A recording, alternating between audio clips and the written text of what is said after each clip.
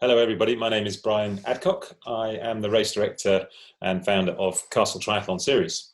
Welcome to the 12th running of the Hever Castle Triathlon. Those of you that are super sprint triathletes are watching the correct video. Anybody else who is not doing the super sprint is watching the wrong video. So please switch this off now and find the correct video for yourselves. Okay, so those of you that are turning up to do the super sprint on Saturday, the 26th of September, this is the briefing for you guys, and I'm going to start pretty swiftly with the swim. But first of all, just to talk about the guiding principles of what we're doing. There are 5 of them, and it's to ensure that we are all as safe as we possibly can be with the obvious backdrop of COVID-19. So the first and probably most obvious principle is athlete communication and education, and this video is part and parcel of that. So please listen to this, but also read all the other materials that we're going to send out to you, and also take note of the stuff on the website as well. Second aspect of our planning was the reduction in density of athletes, and we've done that by reducing the size of the field and also by spreading everybody out throughout the course of the day. One of the most obvious outcomes of that is that we're starting people on an individual time trial basis rather than doing mass starts down at the swim. So that will be the most obvious outcome of that particular principle. Third aspect is the reduction of touch points, and you'll see some minor changes around the course. Basically, we're trying to get you on and off site without touching pretty much anything other than your own kit. So kind of bear that in mind as you're wandering around the place. Fourth aspect will be increased hygiene, and we've got a whole bunch of hand sanitizers parked around the event village. We're doing increased cleaning and deeper cleaning than we otherwise might do on this kind of event. We also expect you guys to just take note of your own personal hygiene. Please feel free to bring your own PPE, and also to bring any hand sanitizer that you may want to. And the final aspect, the fifth sort of pillar, is athlete self-reliance. And the most obvious aspect of this is us doing away with the water/feed station out on the cycle course.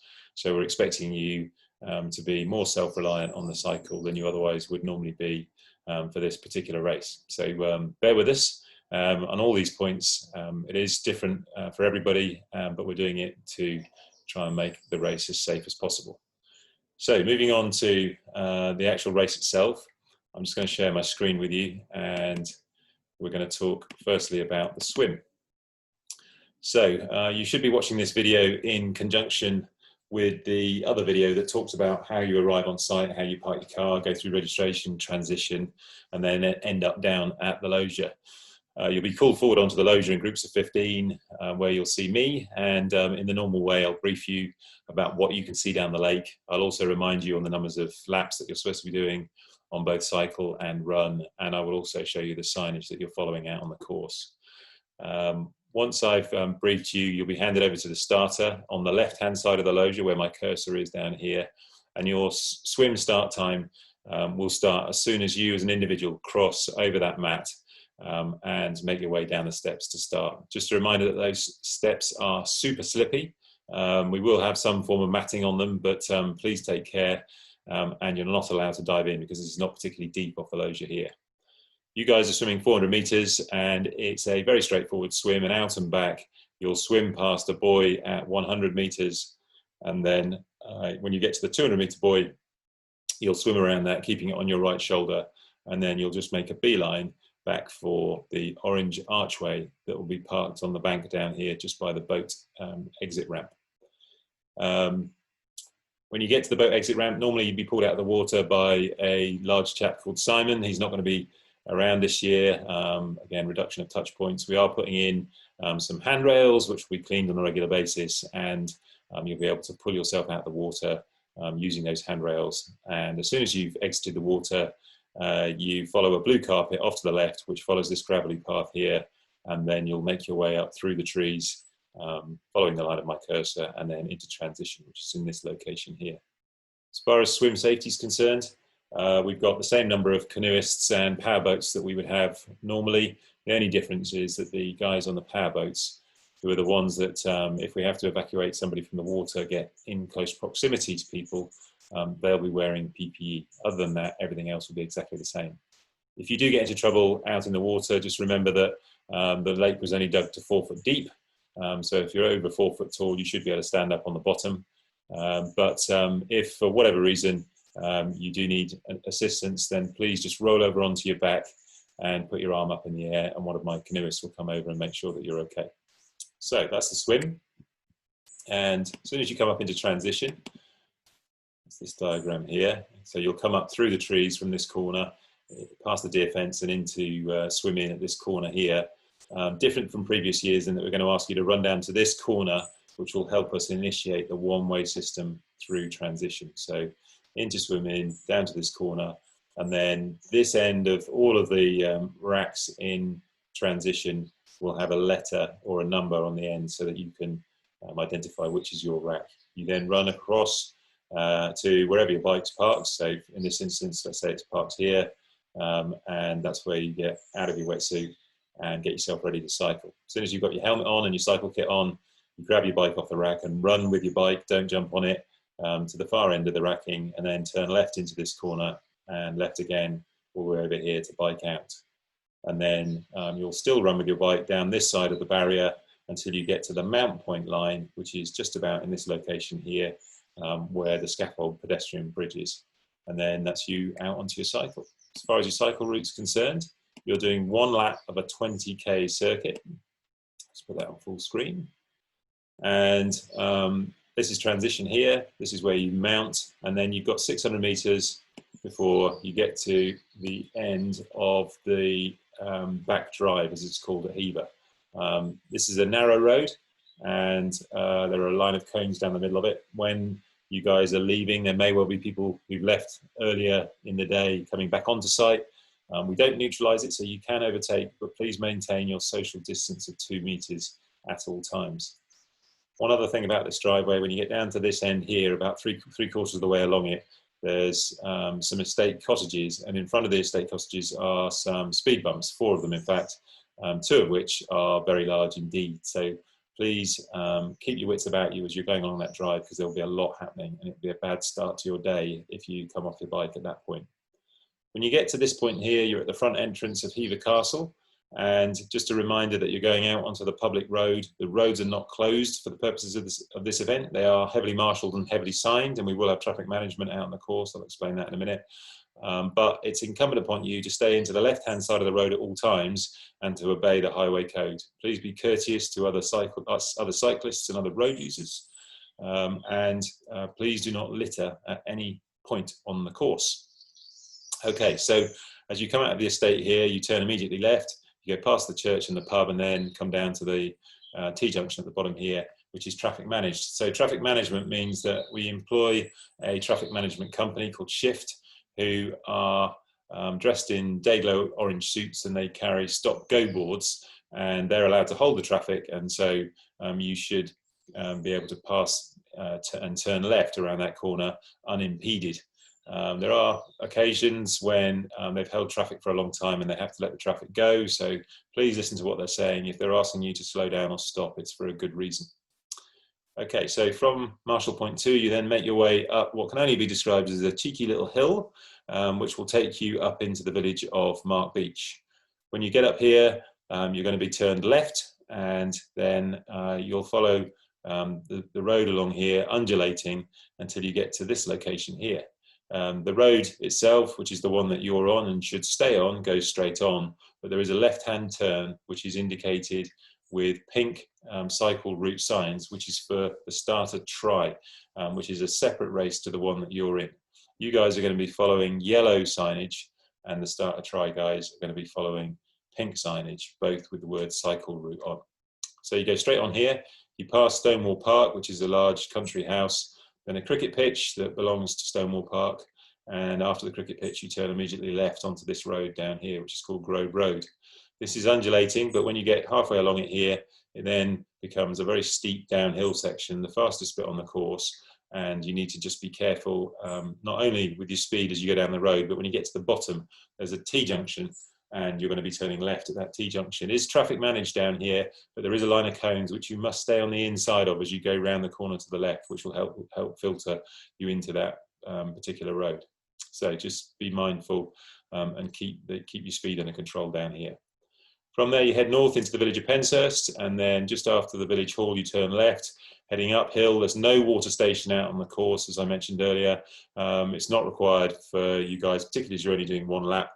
So please carry anything that you might want to eat or drink with you on your bike or in your cycle clothing.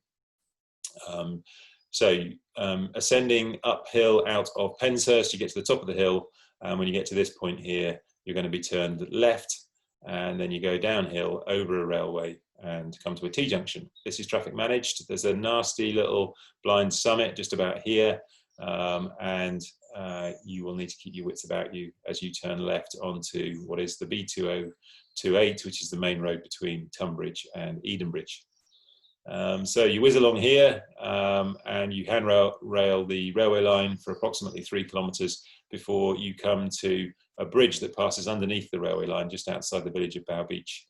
Take care as you go under here. It's a narrow bridge. Cars coming in the opposite direction are often in the middle of the road. If you guys get your speed wrong and go too fast into that corner, you too will be in the middle of the road and facing a car in the opposite direction. So there's red flags which my marshals hold on either side of the bridge, one to remind you to slow down and the other one to remind cars that they need to be careful as they go underneath that bridge. From there you go slightly uphill into the village of Bow Beach, which is my village, and that's my local pub, the Wheatsheaf. You continue straight on, staying on the southern side of the railway at that point, and then work your way back the next 3 kilometres, undulating past Hever golf course, and then you come over the River Eden and climb gently uphill back to the entrance of the castle, and that's your 20k circuit complete. There are kilometre markers every kilometre, and if you should see an accident out on the road, then please do what you can for the competitor that's come off their bike, and get the next person who passes you to tell the next marshal on the course that there's been a problem. Okay, as you come back onto the estate, just remember those speed bumps, people exiting in the opposite direction, and the fact that it is narrow and there's a line of cones down the middle. You'll dismount by the Scaffold Bridge and then head back into transition. So just to remind you what transition looks like and how that's going to work when you come off your bike.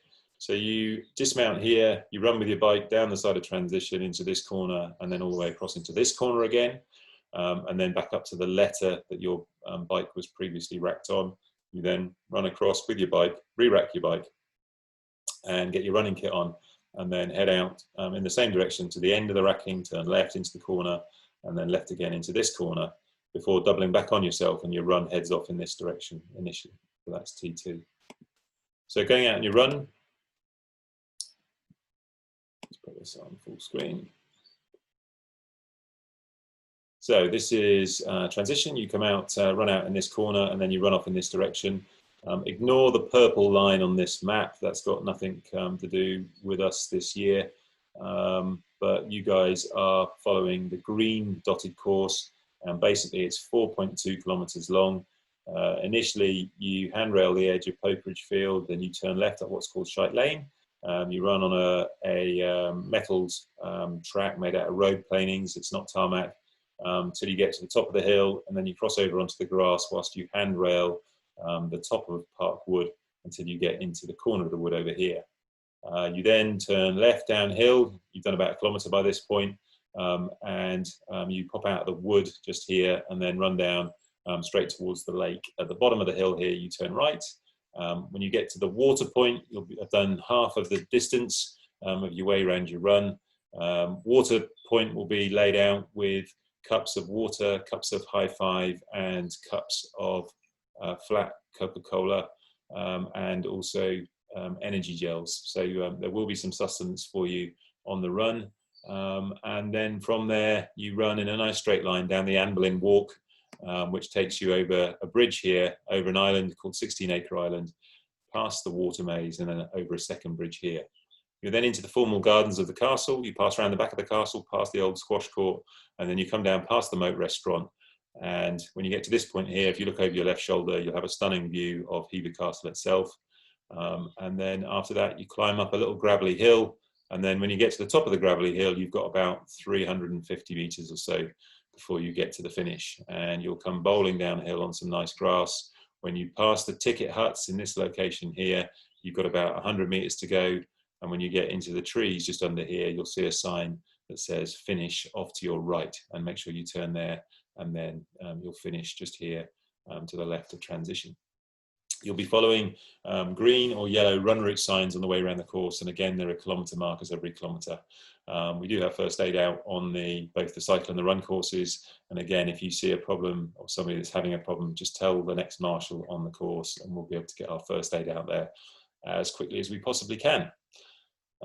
Great, I think that is it as far as the maps are concerned. If you've got any questions at all about any aspect of the route, then please don't hesitate to email us in the office. The email address is admin@castletriathlonseries.co.uk. Thank you very much for listening.